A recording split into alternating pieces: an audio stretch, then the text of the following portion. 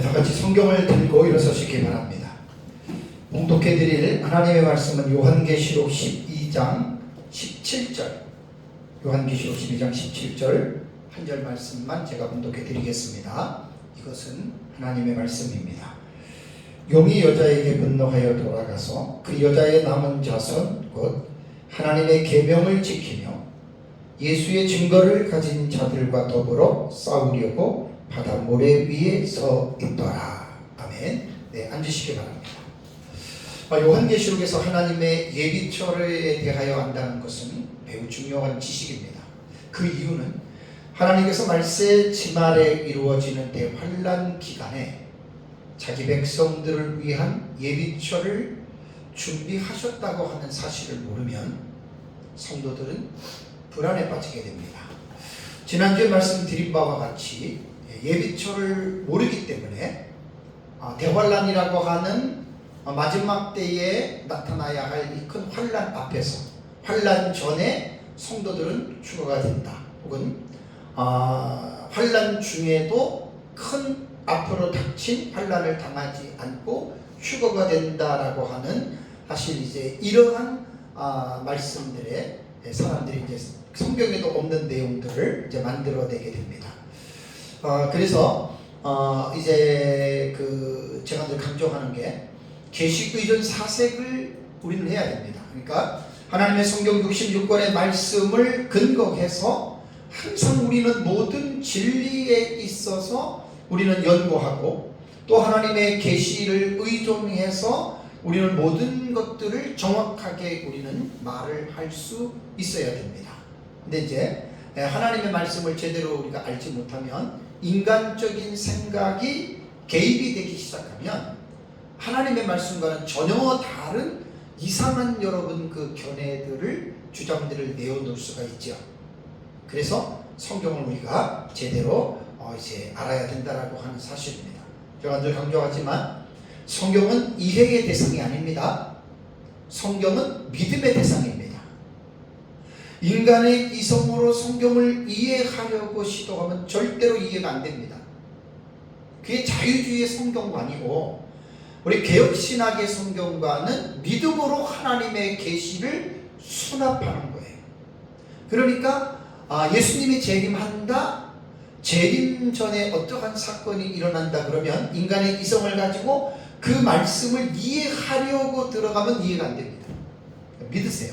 왜? 하나님의 성령의 감동으로 기록해 놓은 무오한 하나님의 계시이기 때문에 기독교는 성경을 믿는 거예요. 그리고 성경만 믿는 거예요.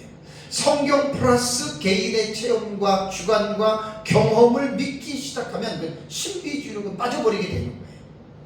아무리 개인이 꿈을 꾸고 환상을 보고 이상한 신의 음성을 들었다 하더라도 그것이 하나님의 성경에서 필터링이 되지 아니하고, 그 경험이나 그 체험이나 그 느낌 자체를 하나님의 것으로 신뢰한다면 그 사람은 분명히 잘못된 길로 빠지는 사람이라고 하는 것을 꼭 여러분들이 기억하셔야 됩니다. 그래서 종교개혁가들은 솔라 스크립투라, 오직 성경, 오직 성경은 토타 스크립투라예요. 전 성경 66권을 말하는 거예요. 그 이상도 그 이하도 아니란 말이에요. 그래서 우리 그리스도인들이 성경관, 나는 성경을 어떻게 보고 있느냐, 이게 신앙을 결정하는 겁니다. 오전에는 대환란 날에 하나님의 예비처에 대해서 말씀을 드렸습니다. 그러니까 대환란은 있습니다. 그러나 하나님이 자기 백성들을 보호하시기 위한 하나님의 예비처를 하나님께서 만들어내셨다라고 하는 말입니다. 그래서 이제 오전에도 제가 누가복음 21장 16절에서 18절에 여러분들에게 말씀을 드렸지만, 심지어 부모와 형제와 친척과 벗이 너희를 넘겨주어 너희 중에 몇을 죽이게 하겠고, 또 너희가 내 이름으로 말미암아 모든 민족에게 미움을 받을 것이나 라고 하는 이 말세 훈에 관한 말씀은 예수님 당시를 두고 말하는 게 아니에요.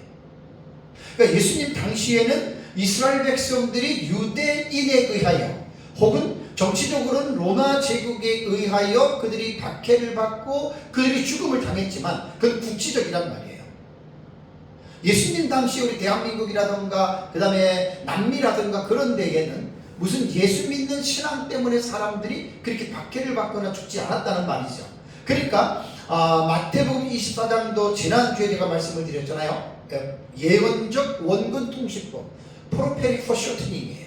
그러니까 똑같은 주제가 떨어져서 일어나는데 근접 미래와 먼 미래가 있어요. 그 구약시대 선지자들이 그렇게 예언을 했단 말이에요.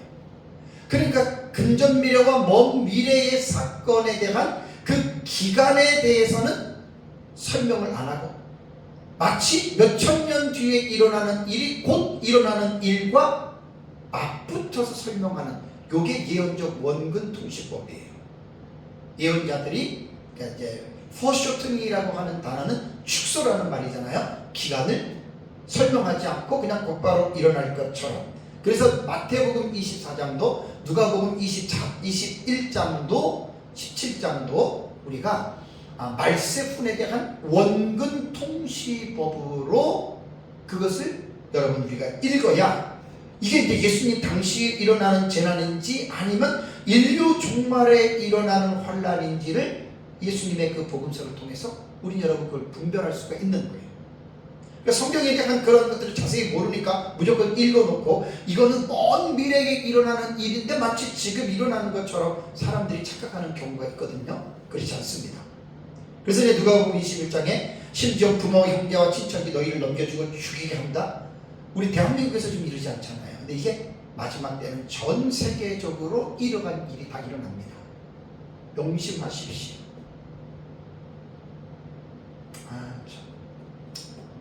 우리나라에서는 아직 교회가 종말론에 대한 이런 부분들에 대해서 성도들을 가르치지 않기 때문에 이런 말을 하면 우리 대한민국 교회 성도들은 무슨 말인지 이해들을 못해요. 너무 내 마음이 아파요. 그러면서 이제 18절에 너희 머리털 하나도 상하지 아니하리라. 이러한 환난 가운데에 너희 머리털 하나도, 여기서 너희라고 하는 말은 믿는 모든 자를 말하는 게 아니에요. 그래서 오전에 말씀드린 대로 예비처에 들어가는 자들은 머리털 하나도 상하지 아니한다라고 하는 그런 말입니다. 그러면 지난주에 제가 간략하게 여러분들에게 말씀을 드렸는데 모든 성도들이 대환란 가운데 다 예비처에 들어가느냐? 아닙니다. 못 들어가는 성도들이 있습니다. 자, 17절 다시 볼까요? 17절 보시면 용이 여자에게 분노하여 돌아가서, 그럼 이제 오전에 성경을 이해한 사람은 여자가 누군지 알죠, 그죠? 여기서 용은 사탄입니다. 그러니까 사탄이, 여자는 교회라 그랬습니다. 사탄이 교회와 싸움 속에서 여기서 자기의 영향력이 발휘가 안 됩니다. 그래서 분노해서 화가 났어요. 돌아가서 어떻게 합니까? 그 여자의 남은 자손이 있다는 거예요. 이걸 잘 보셔야 돼요. 오늘 제 설교 제목이 계시록에서 언급하는 여자의 남은 자손은 누구인가? 이 제목입니다. 여자는 촛대 교회로 해석합니다. 그럼 교회의 남은 자손들이 그러면 누구냐? 그러면서 이제 곧 하면서 여자의 남은 자손들에 대해서 묘사하기를 하나님의 계명을 지키며 예수의 증거를 가진 자들과, 이들이 바로 여자의 남은 자손인데, 더불어 이 말은 뭐냐면 17절의 주어가 용이잖아요. 사탄이잖아요. 사탄이 이들 여자의 남은 자손들과 더불어 뭐 하려고? 파이팅! 싸우려고 바닷모래 위에 섰더라. 이게 무슨 얘기입니까? 성경이 이거 해석하려면 힘들어요. 그래서 오늘 또 이 부분을 이해를 하려면 설교를 1시간 동안 들어야 돼요. 그럼 제가 자세하게 내가 이 부분을 말씀을 드리겠습니다. 그렇다면 제가 오늘 설교의 중요한 포인트는 뭐냐면 17절에 그 여자의 남은 자손입니다. 그라고 하는 정관사는 6절에서 말한 여자를 말을 하는 것이고, 6절에서 말한 그 여자는 누구냐면 1절에 말하는 하로 옷을 입은 여자를 말합니다. 그러니까 바로 그 여자를 말하는 거예요. 다른 여자를 말하는 게 아니에요. 그러니까 그 여자의 남은 자손들, 그러니까 촛대 교회라 그랬습니다. 신실한 교회라 그랬습니다. 그 교회의 남은 자손들이 누구겠습니까?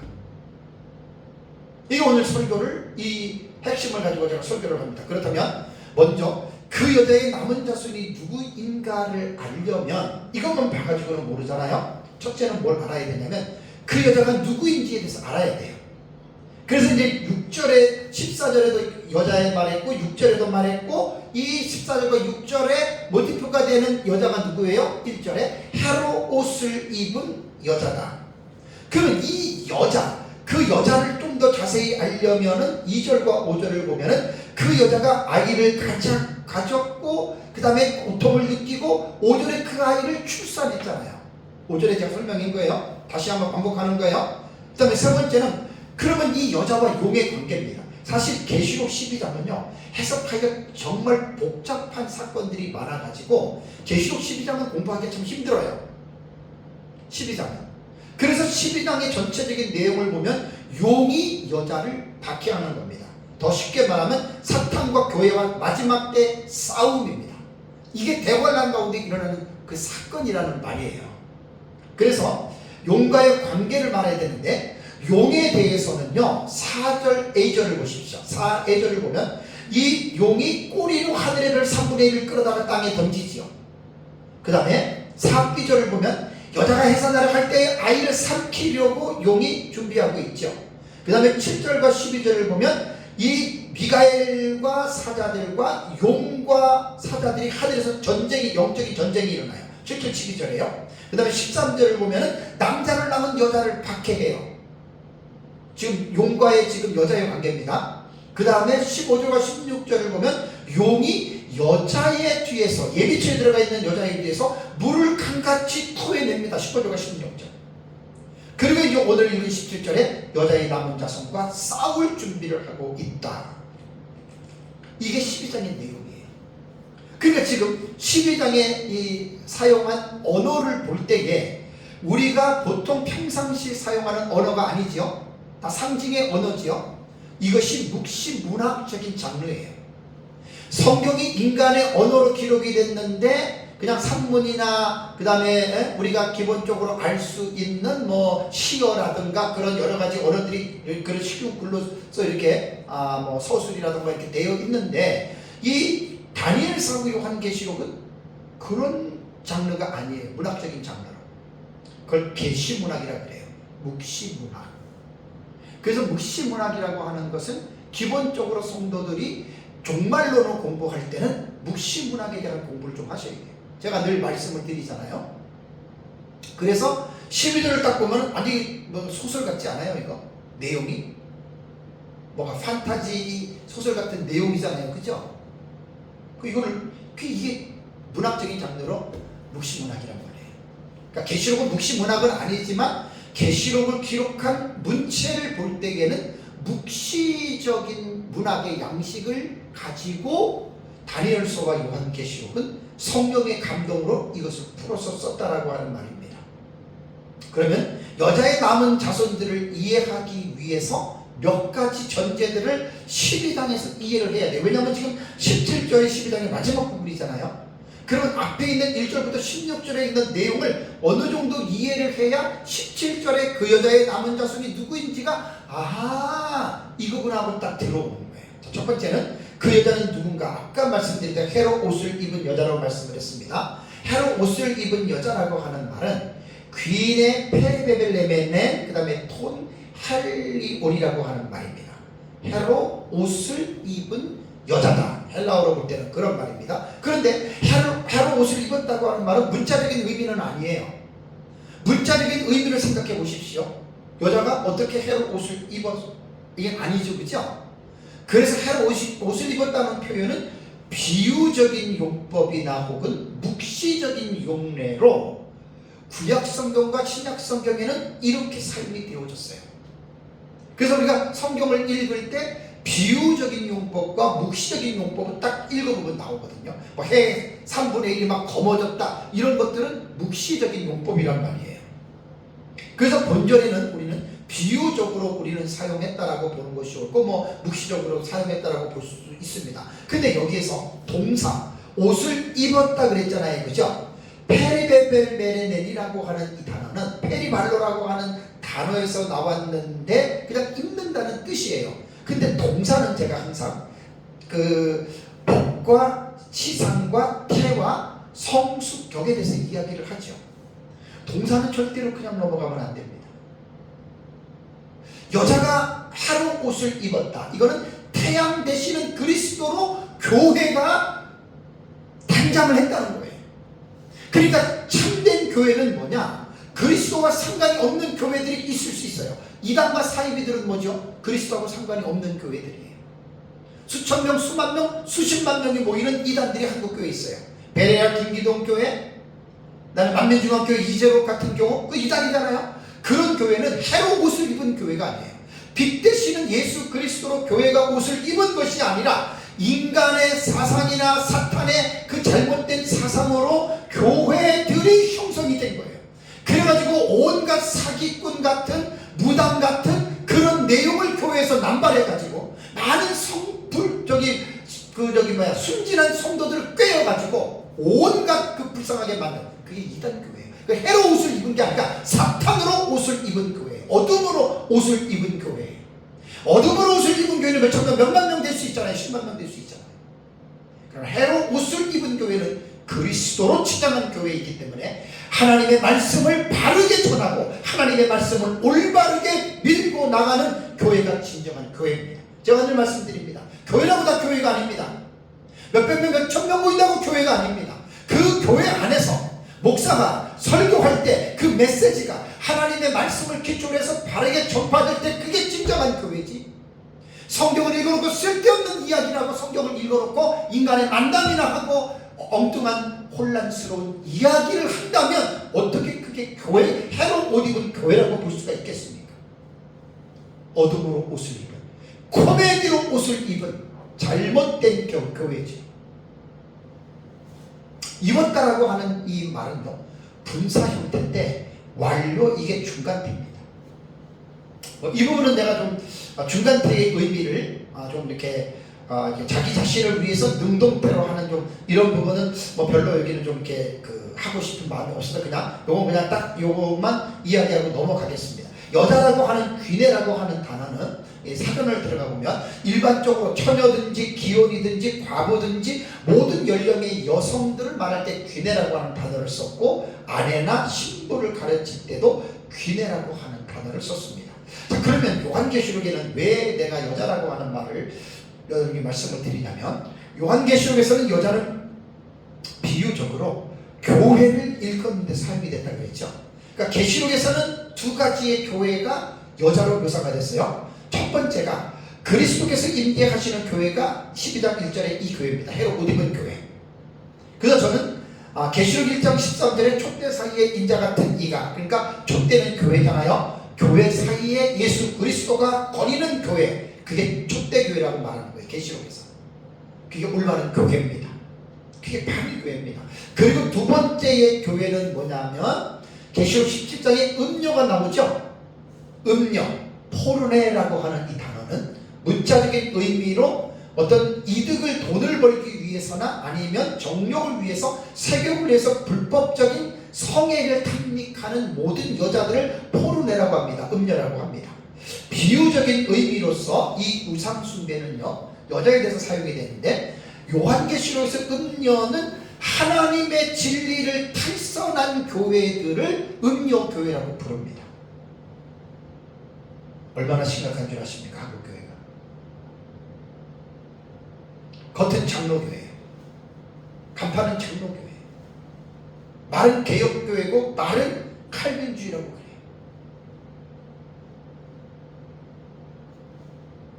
원래 개혁교회 안에는 여자 목사는 없는 거예요. 근데 대한예수교 장로에 걸어놓고, 물론 통합직에서는 여자 목사가 있고 뭐 감리거나 다돼서 있는데, 아직까지는 한국에서 고신하고 합신하고 충신 보수적인 이 교회는 여자 목사를 우리는 인정을 안 합니다. 뭐 여자분들 괜히 시험 들 필요는 없고 그냥 그렇다는 이야기, 교단의 방침입니다. 그러니까 여자라고 다 여자냐? 정숙한 여자가 있지만 포르네 같은 여자도 있단 말이에요. 교회라고 다 교회냐? 하나님의 진리의 말씀에서 정말 그 종교 개혁자들이 주장했던 그 솔라 스크립트, 하나님의 말씀의 진리를 올바르게 전수받아서 올바르게 전하는 그러한 교회가 있는가 하면, 하나님의 말씀을 회방시키고 혼란시키고 엉뚱하게 일간의 사탄의 어떤 그런 더러운 혼란한 영들을 집어넣어가지고 무당 같은 교회들도 한국에 얼마나 많은지 모릅니다. 그거는 초대 교회가 아닙니다. 그런 교회를 포르네라고 합니다. 음료 교회라고 합니다. 마지막 때는 딱 두 가지로 갈라지는데 초대 교회와 음료 교회입니다. 지금도 엄청 많죠, 한국에. 그러니까 딱 그래서 목사의 사상과 하나님의 말씀을 딱 받아들이는 거 보고 딱 삶을 보면 딱 벌써 표시가 나요. 초대 교회인지 음료 교회인지. 로마 캐토릭 교회 같은 경우는 음료 교회입니다. 음료 교회의 우두머리가 로마 캐토릭입니다. 그 로마 캐토릭이 모든 기독교의 잘못된 올바른 신앙에 서 있지 않는 교회들 나중에 다 흡수해서 종교 통합을 이룹니다. 잘 기억하세요. 그게 음료입니다. 그래서 헤로 옷 입은 여자는 오전에도 말씀드렸지만 동정녀 마리아로 보는 견해가 무천년의 견해. 그 다음에 구약 교회도 보고 어떤 사람은 신약 교회도 보고 우리는 예수님 재림 직전에 신실한 초대 교회로 본다. 저는 이렇게 본다고 이야기를 했습니다. 그렇다면 여자가 낳은 아이는 누굴까? 5절을 보십시오. 5절을 보시면 여자가 아들을 낳으니 그랬죠. 자, 여자가 아들을 낳았다. 그래서 무천년은 마리아가 낳은 아들이 누구지요? 예수입니다. 우리 입장에서는 용납이 안 됩니다. 여기서 오전에 말씀드린 대로 신실한 교회에서 마지막 때에 점점 가면 갈수록 기독교가 이런 감소됩니다. 한국에 지금 신학교들도 학생들 많이 안 갑니다. 지금 점점 더해집니다. 교회 지금 미국과 유럽처럼 주일학교가 없어집니다. 지금 어쩔 수가 없는 거예요. 왜? 그렇게 되는 거예요. 마지막. 그러니까 그런 적은 교회에서 한 사람의 목사가, 한 사람의 경건하고 올바른 목사가 태어난다라고 하는 것은 교회의 사명인데, 이 사명이 결코 쉬운 사명이 아닙니다. 이제는 조그만 교회에서 사명을 받아가지고 목사가 되려고 신학교 가면 얼마나 살기 힘들겠습니까? 교회가 재력이 넉넉하지도 않아서 그 도와주지도 못하는데 그거 여러분 살려면 얼마나 힘들겠습니까? 이게 바로 헤로 옷 입은 여자가 낳는 아들입니다. 마지막 때 이렇게 어려워진다는 말입니다. 이때 이제 그 여자가 낳은 아들은 우리는 사역자들로 우리는 해석을 하고, 다음에 세 번째는 아들이 5비절을 보십시오. 5비절을 보면 그 아이를 하나님 앞과 그 보좌 앞으로 올라간다 그랬죠. 그죠? 그 아이가 여자에게서 낳는데 그 여자가 하나님 천국으로 올라갔다 그 말이거든요. 쉽게 말하면. 그래서 이제 아들의 승천은 여기서 이제 무천년을 뭐라 그래요? 예수님 십자가에 죽으시고 승천하셨다. 이렇게 해석하는 거예요. 논리적으로는 일리가 있지만 전혀 우리와는 이해가 안 맞을 정도로, 그거는 논리적으로는 이해가 되지만 본문은 그걸 말하는 것이 아닙니다. 뭐 구약교회로 본다면 구약교회가 하늘로 올라갔다 말도 안 되죠. 그죠? 그러니까 여기서는 우리 해석은 너무나 정확한 게 마지막 시대 사명자들이 두 중에 있는데 11장 12절 보십시오. 11장 12절 보시면 계시록에 하늘로부터 큰 음성이 있어 이리로 올라오라 함을 듣고 구름을 타고 하늘로 올라가니 그들의 원수들도 구경하더라. 이게 두 증인들의 승천이에요. 그래서 제가 두 증인은 마지막 때에 하나님의 그 사명자들, 사역자들이라 그랬죠. 그 사역자들이 11장에서 1260일 사역을 마치고 죽고 부활해서 하늘로 올라간다. 그러니까 12장 5절은 그 두 증인들의 승천을 말을 한다라고 하는 말입니다. 자, 그 다음에 6절과 14절에 여자가 왜 강야로 피신했느냐, 도망갔다는 말을 쓰면 안 돼요. 경망스러운 번역이에요. 왜 여자가 도망을 가요? 피신했죠. 그래서 여자가 광야로 피신한 이유는 무엇입니까? 대환란에서 하나님께서 그들을 보호하기 위해서 피신을 시켰는데 모든 교회 성도가 아니다. 이거를 꼭 여러분들이 기억하셔야 됩니다. 다음에 다섯 번째로 예비처에 들어가 있는 기간이 얼마나 그랬죠? 6절과 14절에 보면은 1260일, 한때와 두때와 반때 그랬죠? 한 일의 절반으로 볼 때에는 후반부에 해당되는 기간입니다. 우리는 1260으로 봅니다. 1260일. 예수님 재림 직전으로. 자, 그 다음에 여섯 번째는 그 여자의 남은 자손에 대한 정의입니다. 자, 그러면 제가 지금 첫 번째부터 다섯째까지 12장 1절부터 중요한 내용들을 여러분들에게 말씀을 드렸어요. 용에 대해서만 빼놓고. 그러면 이 여자의 남은 자손에 대한 정의를 내려야 되는데 누구지요? 그러면 6절과 14절에 여자가 어디로 들어갔어요? 광야. 하나님께서 예비하신 예비처럼 들어갔죠. 그 다 들어갔다고 말 안 했잖아요. 그렇죠? 17절에는 뭐라고요? 그 여자의 어떤 자손? 남은 자손이 있다는 말. 이거를 지금 이번 시간에 제가 설교를 하는 겁니다.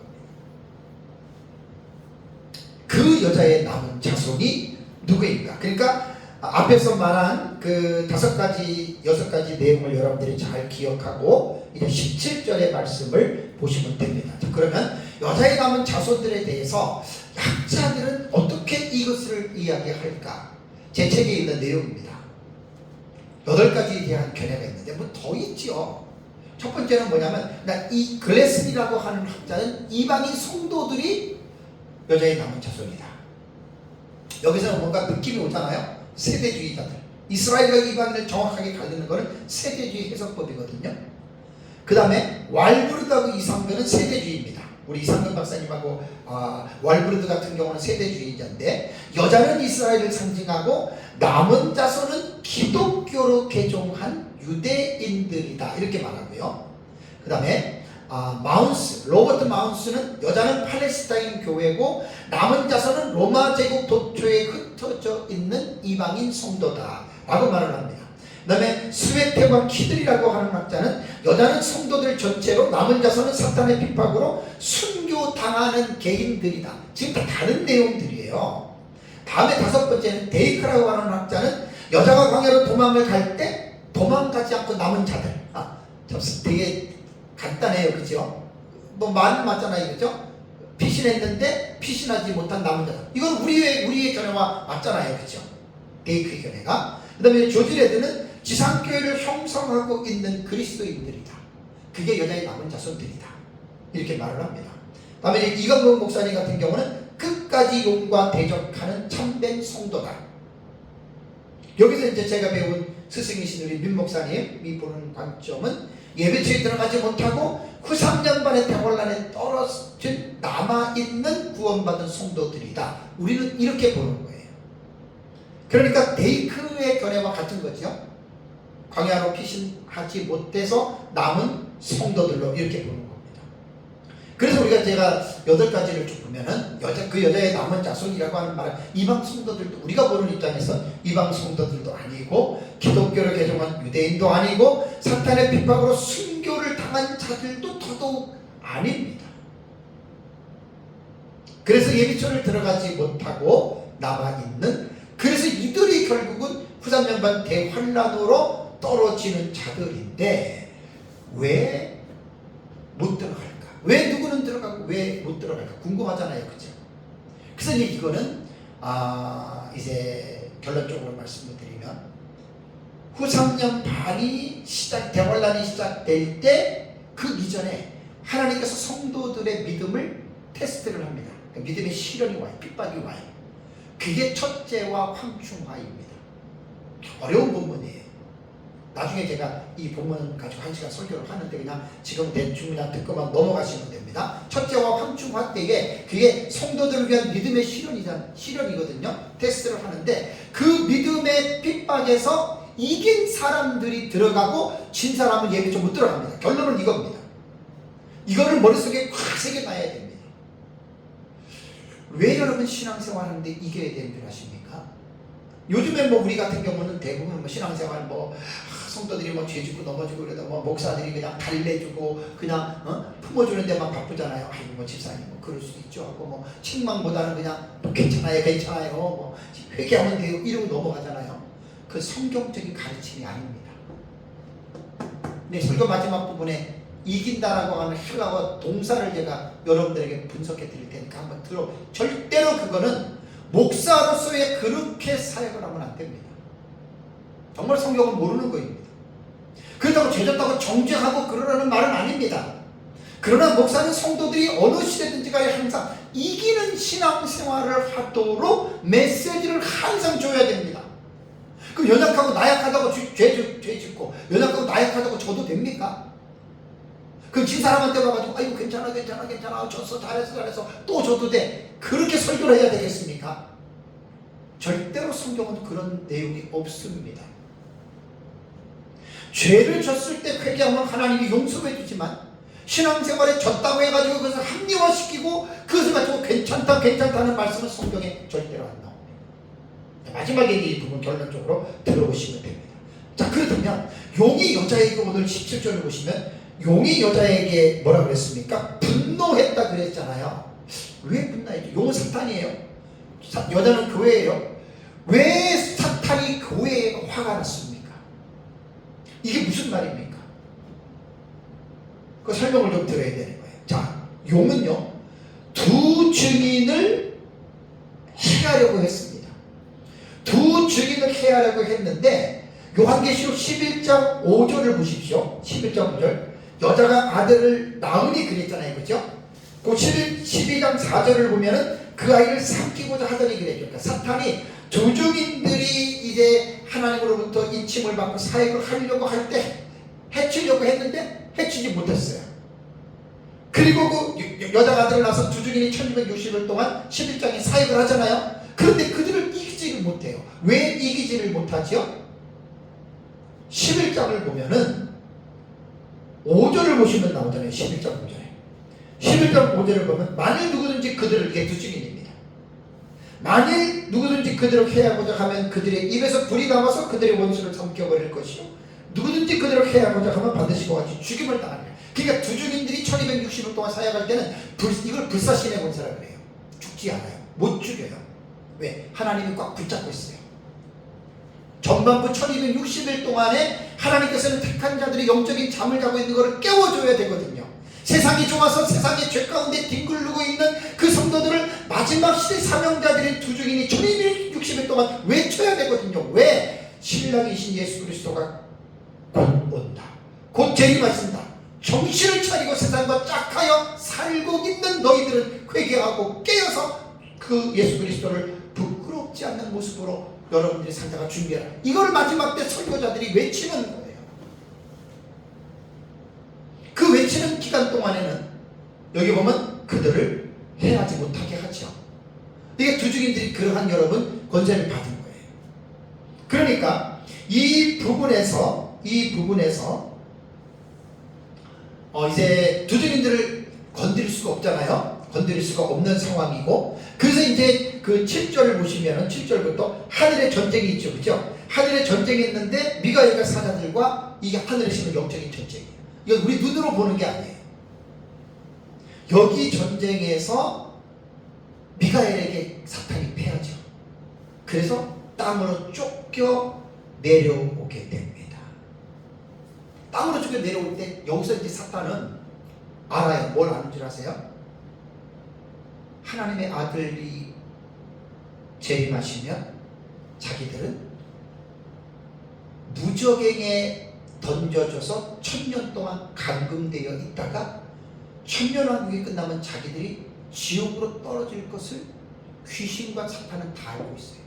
그래서 예수님이 공생의 사역에 뭐라 그랬어요? 어떤 사람 속에 들어가 있는 귀신이 뭐라 그래요? 당신이 아직 때가 되지도 않았는데 왜 와서 우리를 괴롭힙니까? 귀신이 그 말을 하죠. 그 말이 뭐냐면 사단은 반드시 뱀은 여인의 후손에 의해서 머리가 박살납니다. 창세기 15장의 원시복음이 그 얘기예요. 뱀의 후손은 여자의 발꿈치를 상하게 할 것이고 여자의 후손은 뱀의 머리를 상하게 한다. 그 상하게 한다라고 하는 슈프라고 하는 히브리 동사는 완전히 박살내는 거예요. 그게 계시록 20장에 마귀를 천연하고 끝나고 잡아가지고 유황불이 붙는 지옥불에 집어 던지는 그 예언이 천년하고 끝나고 이루어지는 거예요. 그러니까 예수님 초림하셔서 예수님 공생의 사이에 귀신들은 그걸 다 알고 있거든.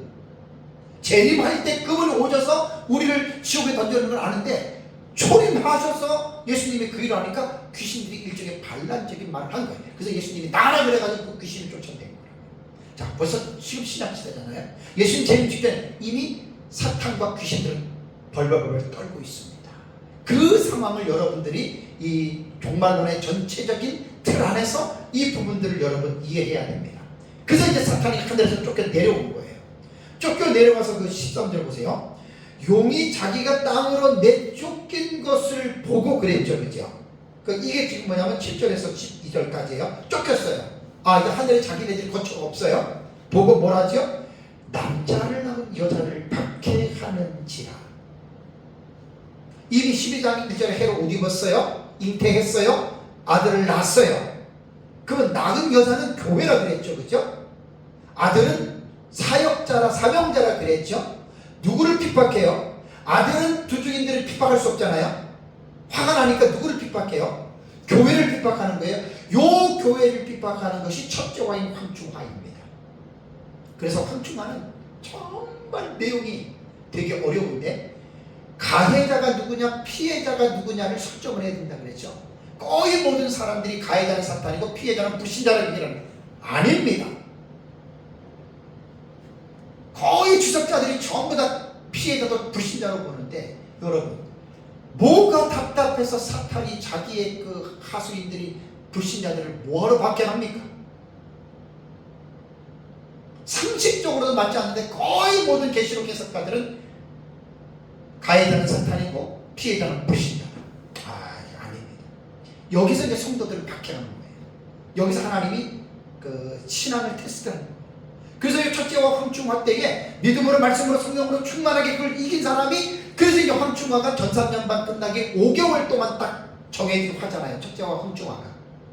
그래서 그 화에서 이겼느냐 지느냐에 따라서 후삼년반에 예비처를 들어가느냐 못 들어가, 여기서 여러분 결정이 나는 거예요. 그래서 13절은 이것이 바로 황충화로 보셔야 돼요. 남자를 낳은 여자를 박해했다라고 하는 말이 이것이 이제 황충화입니다.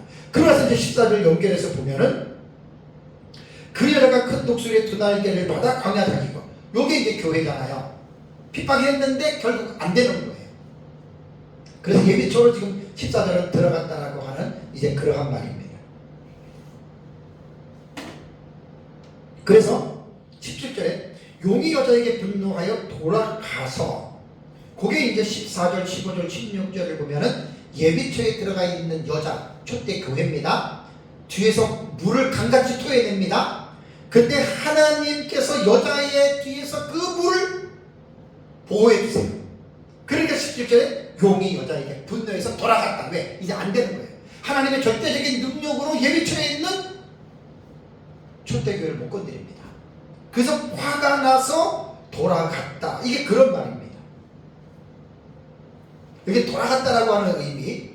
그래서 예비처 공격에 실패하자 그 공격의 화살을 이제 누구한테로 돌아가냐면 예비처에 들어가지 못한 여자의 남은 자손들에게 지금 이 분노를 푸는 겁니다.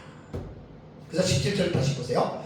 용이 여자에게 분노하여, 그렇지, 어떻게? 돌아가서. 일부 교회는 예비처 들어갔잖아요. 그 여자의 남은 자손, 남아있는 교인들이 있잖아요. 세상에. 여기 그런 뜻입니다. 그 여자의 남은 자손. 용이 분노해서 돌아갔다라고 하는 말이 지금 이런 말입니다. 그러고 나서 남은 자손, 곧 이 여자의 남은 자손을 어떻게 묘사했냐면 하나님의 계명을 지키며 예수의 증거를 가진 자들과, 요 남은 자들은 이러한 자들이에요. 그래서 많은 사람들이 하나님의 계명을 지키고 예수의 증거를 가진 자들이라고 하는 요것 때문에 이 사람들을 되게 좋게 묘사하는데, 그렇지 않습니다. 이들은 첫째와 황충화에서 믿음의 신론에서 탈락된 자들이에요. 진자들이에요. 요즘으로 말하면 성령 충만하게 살았던 자들이 아닙니다. 그러게 두중인들의 마지막 때 소리를 높여서 외치고 회개하고 깨어서 여러분 바르게 신앙생활해야 대환란을 들어가자 이렇게 말을 해도 듣지 않았던 성도들이란 말이에요. 그래서 자기네들 불신앙과 불신욕 때문에 대환란에 떨어진 거라고요. 예비처에 들어간 성도들은 마지막 두중인들의 메시지를 아멘으로 받아들이고 삶이 변화가 된 사람들이에요. 저도 목회를 지금 33년을 하지만 목사가 강단에서 성도들에게 외치고 이렇게 사십시오 한다고 성도들이 전부 다 아멘하고 다 삽니까? 아닙니다. 가면 갈수록 그런 사람들이 줄어들어요. 순수한 성도들은 목사가 하나님의 말씀을 바르게 전해서 외치면 아멘하고 순종하고 회개하고 하는데, 가면 갈수록 점점 마음이 경박해집니다. 왜? 세상에 물들어서 그래요. 목회자든 성도들. 그 세상에 물든 목회자들은 하나님의 말씀을 바르게 강력하게 전파할 수가 없습니다. 또 세상에 물든 성도들은 강력한 하나님의 메시지를 받아들일 수가 없습니다. 왜? 죄악에 묻어져서. 그런 겁니다. 그래서 그래서 여기에서 여자의 남은 자손들을 하나님의 계명을 지키며 예수의 증거를 가진 자들과 더불어 싸우려고, 곧 사탄과 싸우려고 하는 이 부분이 뭐냐면, 이들은 이미 후사들 말에 떨어진 거예요. 돌이켜서 이들은 예비처를 못 들어갑니다. 그게 열처녀 비유에서 이 예를 들 수가 있습니다. 기름을 준비하지 않는 미련한 처녀들 어떻게 됐어요?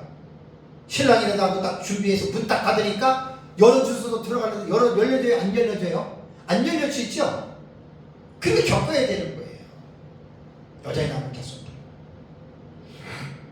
그래서 여러분들이 뭘 알아야 되냐면, 마지막 시대의 두 증인들, 그 이제 7장에 시도만 사촌 우리 두 증인으로 보거든요. 사명자들로. 그 사역이 되게 중요합니다. 하나님이 왜 두 증인을 세우느냐? 이게 어떻게 보면 아담과 하와가 에덴 동산에서 범죄하고 타락하고 난 이후부터 하나님은 자기 종들을 세우는 거예요. 첫 번째가 아담입니다. 아벨입니다. 셋입니다.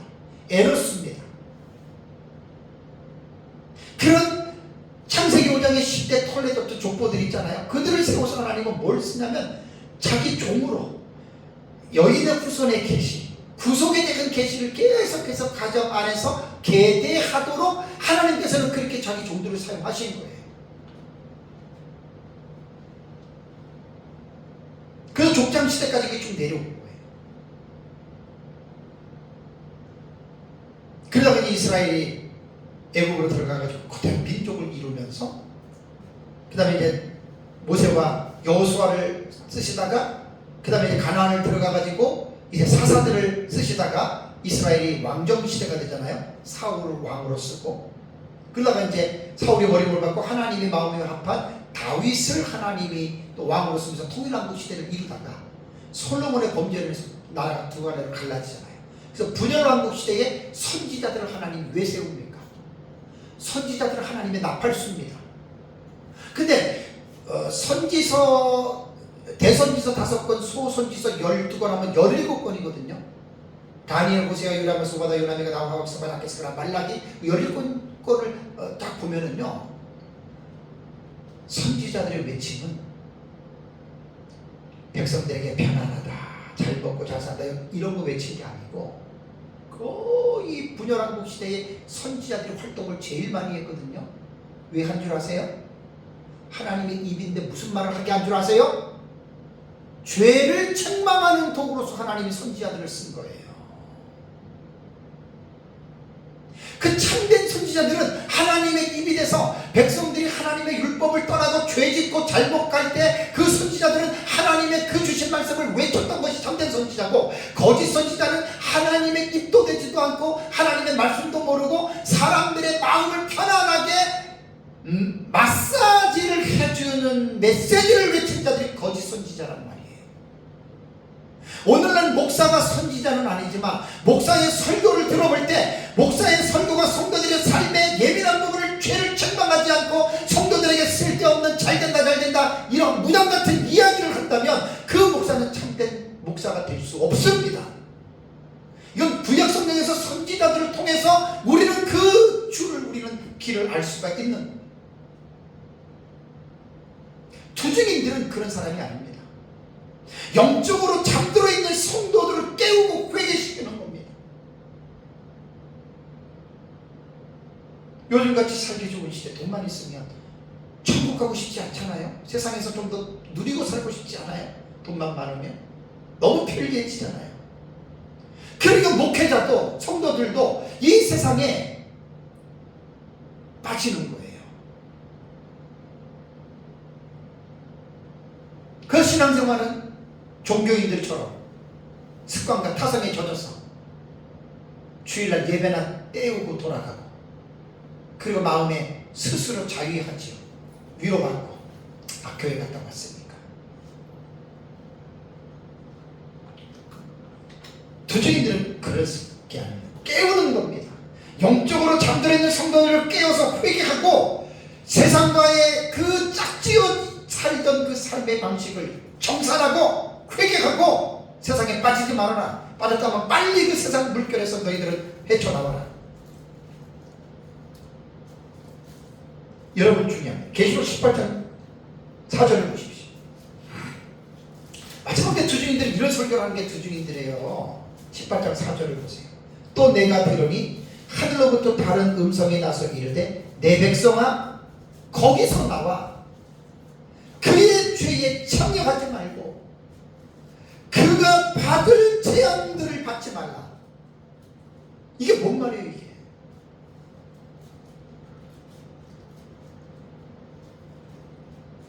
내 백성아 구원받은 자들이잖아요. 거기서 나오라고 하는 말은 세상입니다.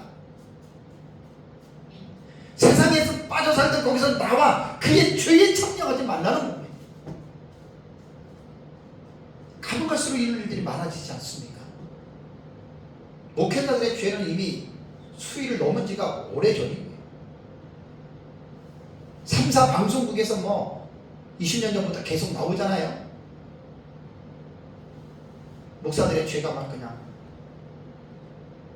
그것이 알고 싶다 뭐 그런 프로그램에서 몇 달 동안 잠입해가지고 그 목사들의 비리들을 다 조사해가지고 그 전부 다 알려주잖아요. 그 뭐 목사들 볼 때 성도들은 볼 것도 없지. 마지막 때의 사명자는 이런 걸 외치는 게 목사가 돼야 돼요. 계시록에서 그걸 말하는 거예요. 사람들의 비유나 마치고 사례비나 주는 걸 가지고 그냥 먹고 살려고 설교하고 목회하는 게 아니고 성도들이 하나님의 말씀 안에서 바르게 살아가는 것에 대한 말씀에 붙잡혀서 말씀을 정확하고 강력하게 전해서 세상에 빠져있는 성도들이 정신 차리고 회개하고 교회를 자꾸만 주는 분을 자꾸만 가까이 오도록 여러분 이게 두 주인의 사역입니다. 계시록 11장. 그래서 두 증인은 계시록 11장을 보시면은 그 사역을 하는 것을 뭐라고 얘기를 했어요? 3절에 11장 3절에 내가 나의 두 증인에게 권세를 주리니 그들이 무슨 옷을 입습니까? 굵은 베옷을 입습니다. 굵은 베옷은 뭐지요? 회개를 상징하는 겁니다. 그러니까 마지막 시대 1260년 동안 두 증인은 전삼전방 기간 동안에 하늘회가 시작될 때 외치는 거예요. 이제 곧 예수가 오신다. 재림하신다. 그 굵은 베옷을 입고 회개하라. 회개하라. 예수님 재림할 때 부끄럽게 살다가 만나지 말고 부부간에 싸워가지고 각방 쓰고 남하고 원수가 돼가지고 구원받은 사람들이 등 돌리고 살고 남의 거를 갚아주지 않고 떼먹고 도둑심보처럼 살아가고 그러다 예수님 오면 어떻게 만나려고 그래요? 만나긴 하겠죠. 얼마나 부끄럽겠습니까? 영적으로 깨어있지도 못하고 기도도 안 하고 세상에 빠져가지고 흐느적거리고 살다가 예수님 재림하면 얼마나 부끄럽겠냐고요. 그래서 마지막 시대의 두 증인들의 사명자들은 회개의 복음을 외치는 거예요. 계시록 10장 11절에 다시 예언하는 자들, 다시 예언. 여기 다시 예언이라고 하는 말은 뭐 십자가의 복음을 전하는 게 아니에요.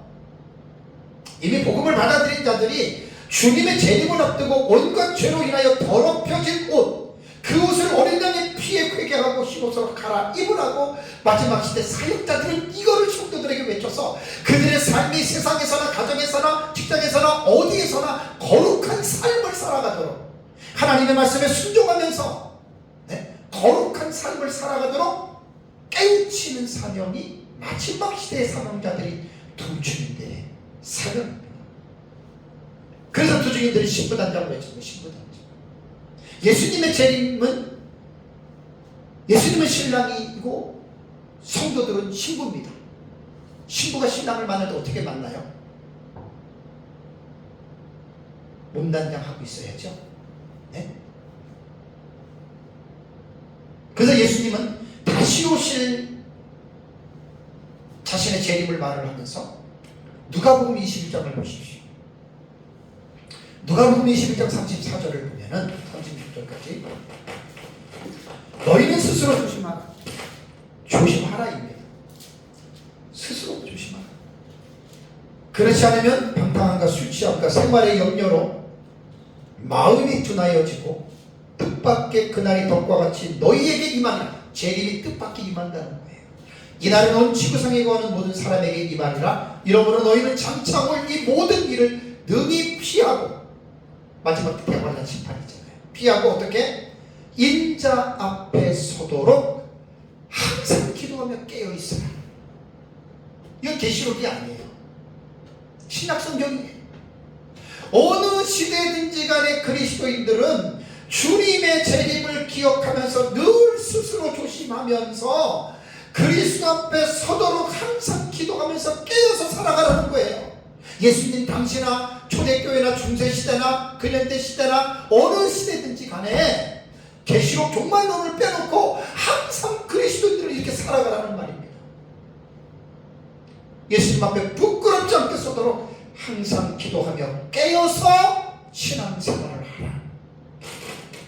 베드로후서 3장을 보십시오. 베드로후서 3장 10절과 14절.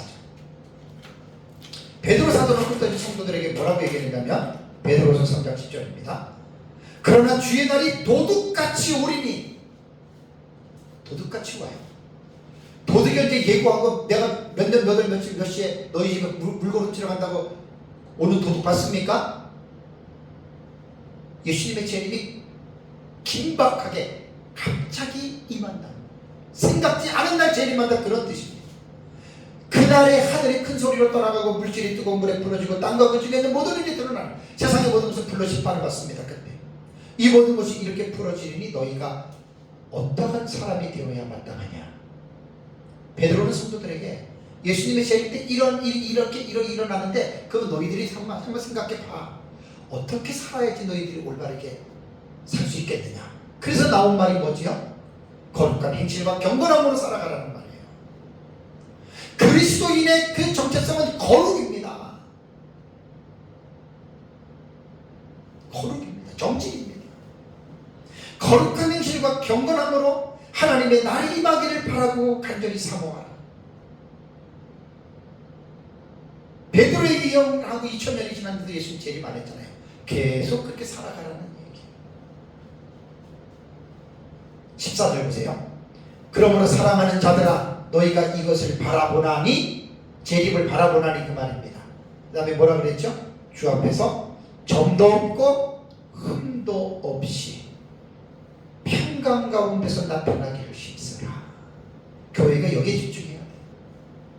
뭐 예수 믿어가지고 기도해가지고 복 받아가지고 잘 먹고 잘 살고 출세하고 이런 데 집중하지 말고 하나님 앞에서 코람되어 하나님의 얼굴 앞에서 점도 없고 흠도 없이 평강 가운데 나타나기를 힘쓰게 하는 것이 그게 교회의 본질이고, 목사는 성도들이 이렇게 살아가도록 늘 말씀을 가르쳐야 되고, 성도들은 이 말씀을 듣고 가정에서부터 실천하고 직장에서 실천하고 사업장에서 실천하고 늘 점도 없고 흠도 없이 평강 가운데 살아가도록 힘쓰는 게 이게 기독교인들이고 그리스도인이라는 말입니다.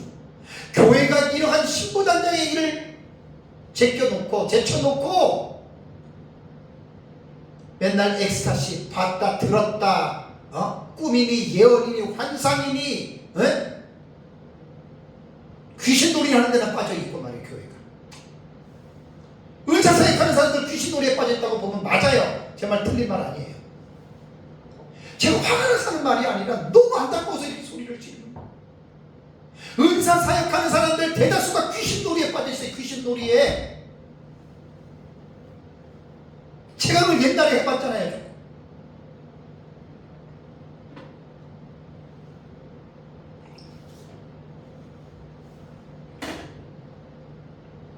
교회의 정체성은 거룩입니다.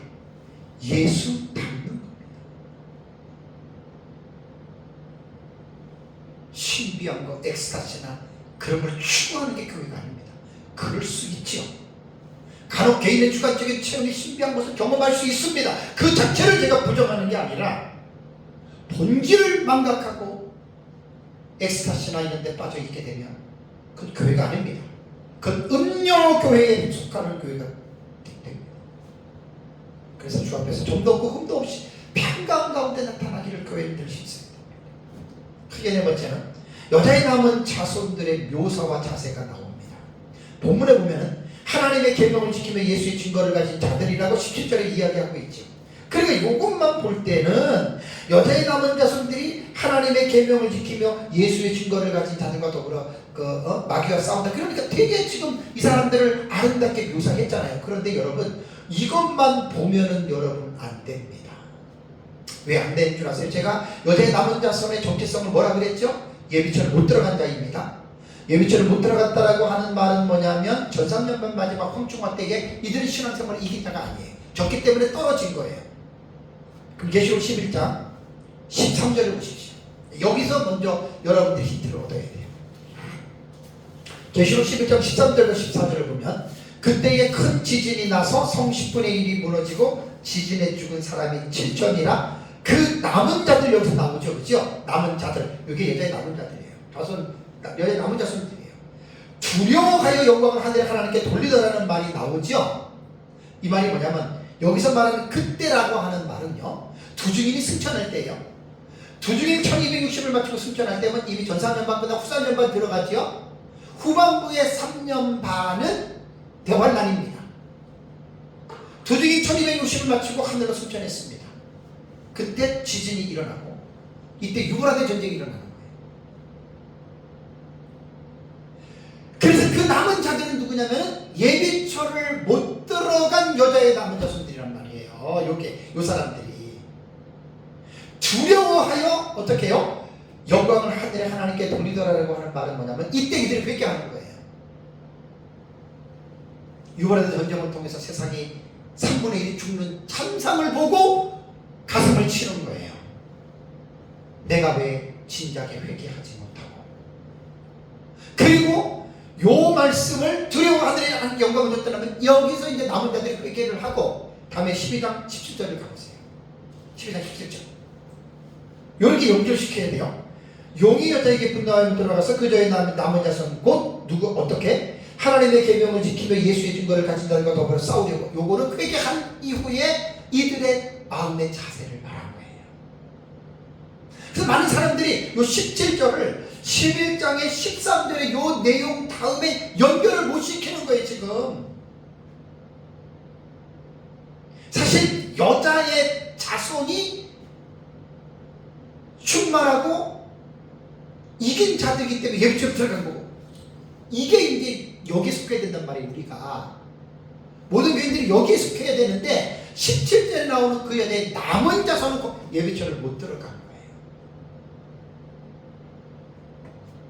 이들은 11장 13절에 예비처를 못 들어가고 대환란에 떨어져서 그때 하나님을 두려워하며 영광을 하는 게 이때 회개한 거예요. 그러니까 회개한 이후에 이들이 이제는 죽어도 내가 정신 차리고 환란을 내가 겪어야 되고 이겨야 되겠다라는 마음을 비로소 갖는 거예요. 그래서 17절을 보면은요, 17절을 보면 거기 보면은 이제 근거가 그 말이 나오잖아요. 곧 하나님의 계명을 지키다라는 말이 나오죠, 그죠? 하나님의 증거를 가진 자고 하나님의 계명을 지킨다라고 하는 말이요. 요게 테레오라고 하는 단어거든요, 동사. 이게 뭐냐면 지키다, 가졌다라고 하는 말은 두 가지 동사예요. 그 다음에 가졌다라고 하는 말도 에콘톤이라고 하는 단어인데 에코의 두 단어가 뭐냐면 똑같이 능동 분사 현재형입니다. 자, 이 분사예요. 동사인데 이게 분사로 쓰여진 거예요. 그 다음에 현재형입니다. 자, 분사는 뭐죠? 계속적 용법이죠. 그러니까 뭐냐면 하나님의 말씀을 어떻게 해요? 그의 계명을 지키고 가지고 그랬잖아요, 그죠? 분사예요. 그러니까 이게 오늘 기분 좋으니까 지키고 내일은 기분 좋으니까 그런 뜻이 아니에요. 능동태는 뭐죠? 자기가 스스로 자원하는 마음으로 하는 거예요. 현재는 뭐죠? 똑같이 분사의 뜻이잖아요. 계속적 용법이에요.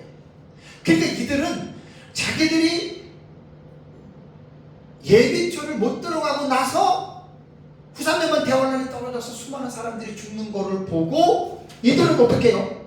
그때 가슴 이들은 정신을 차리고 이제는 하나님의 말씀을 마음속에 담고 계명을 지키고 내가 이제 사탄과 싸우면서 이겨야 되겠다라고 하는 이러한 자세를 이들이 가지게 됐다라고 하는 이제 그러한 말입니다.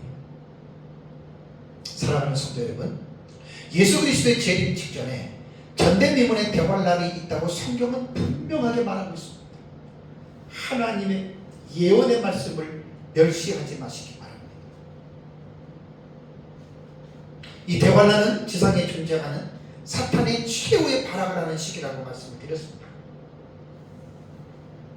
그리고 마귀가 자기 때가 가까운 것을 알고 주님의 몸된 교회를 대대적으로 박해하도록 자기의 삼총사 하수인들 있죠. 적그리스도, 거짓 선지자, 음녀들을 동원해서 지상의 교회들을 박해합니다. 자, 하늘에 계신 하나님은 이 땅에서 죄악이 관영함을 보시고 하나님을 향하여 대적하는 사람들에게 심판을 합니다. 이게 여러분 대환란이란 말이에요. 하나님의 심판이. 그래서 하늘의 후반부에 여러분 이 부분이 해당이 됩니다. 자, 결론적으로 성도들은 양자택일을 해야 됩니다. 이기는 자가 될 것이냐, 진 자가 될 것이냐. 제가 묻겠습니다. 가만히 있으면 하나님이 이기게 해줍니까? 어떻게 생각합니까? 그냥 가만히 있으면 구원받았으니까 하나님이 우리를 이기는 쪽으로 하나님을 몰고 갑니까? 아닙니다. 하나님은 인간을 책임적인 존재로 지었기 때문에 이기는 것과 지는 것은 누가 결정하는 거예요? 본인이 결정하는 거예요. 본인이. 구원하고는 상관없어요. 신앙생활에 져서 대환란 떨어져 죽었다 해도 구원은 받아요. 그건 구원하고는 상관없는 거예요. 그 예비초를 들어가는 것은 이기느냐 지느냐에 따라서 이긴 자가 들어가고 지는 자가 떨어지는 건데, 요한계시록 2장과 3장에 보면 7교회에 향하신 두 가지의 공통 분모의 말씀이 있죠. 귀 있는 자는 성령이 교회들에게 하시는 말씀을 들을지어다. 아까 말씀드렸죠. 목사가 설교한다고 교인들이 다 듣고 아멘하는 거 아니에요. 들을 자들만 그렇게 들어요. 두 번째는 뭐죠? 이기는 자입니다. 이 이기는 자라고 하는 말은 문법적으로 보면 똑같아요. 이것도 분사, 능동태, 현재육으로 되어 있어요. 동사가. 제가 7개 교회에 들어가서 원어를 딱 살펴봤더니 역격이 지금 몇 개로 나오냐면은 이게 똑같이 분사, 현재, 능동태인데 격에 있어서 역격이 2군데 나오고 그 다음에 주격이 4군데 나와요. 역격은 이제 뭐뭐에게라고 하는 뜻이고 주격은 주어 역할을 하잖아요. 그죠? 그러니까 뭐 주격이나 역격이나 그걸 뭐 구분할 것은 아닌데, 헬라어 단어로 볼 때 니콘티, 그 다음에 니콘, 요렇게 되는 거예요. 그러니까 니콘티는 역격이 되는 것이고 니콘은 주격이 되는 거예요. 이것의 원형은 니카오입니다. 니카오라고 하는 동사인데, 이 니카오라고 하는 동사는 승리하다라고 하는 뜻입니다.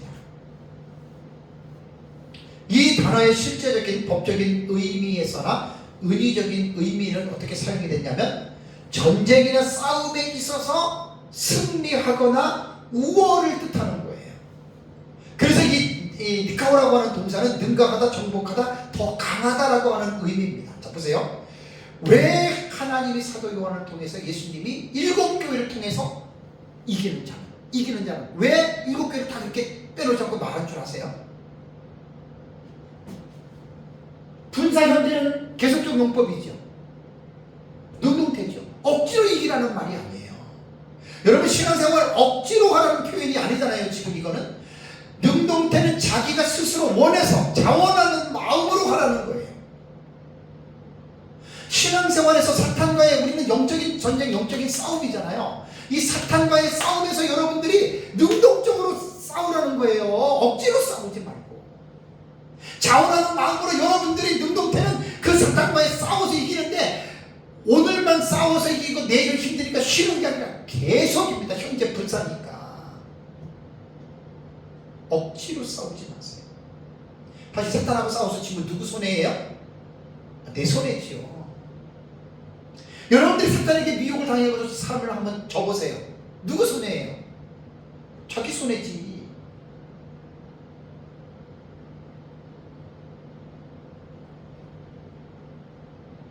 그래서 한 가지 이기는 자라고 하는 이 니콘티라고 하는 니카오라고 하는 이 동사 하나만 보더라도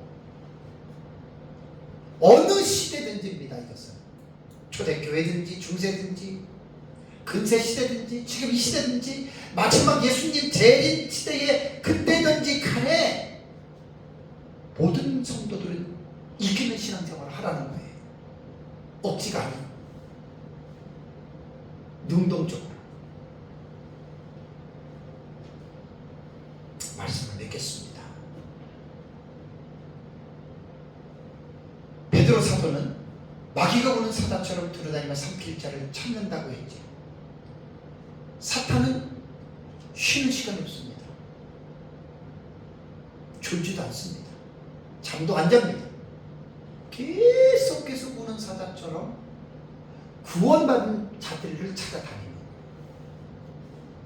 많은 사람들이 사탄에게 급소가 눌려 있는 사람은 구원받아도 맥을 못 추고 살아요. 목사도 마찬가지. 맥을 못 쳐요. 목사가 무엇을 해야 되는지 본질을 모르고 그냥 마귀가 딱 급소를 눌러버려요. 성도들은 말할 것도 없습니다. 세상 쾌락에 빠져서, 돈에 빠져서, 취미에 빠져서 마귀가 다 그렇게 삼켜버리는 거예요. 우는 사자처럼. 이기는 자가 되십시오. 지는 자기 손해입니다. 이게 요한계시록 7교회를 향해서 이기는 자라고 하는 니콘티 현재 분사 능동태입니다. 예수님의 재림이 가까워옴을 기억하시고 저나 여러분들이나 늘 깨어서 이기는 자가 되어서 예수님 재림 직전에는 예배처로 들어가는 귀한 복된 삶을 누리시기를 주님의 이름으로 축복합니다.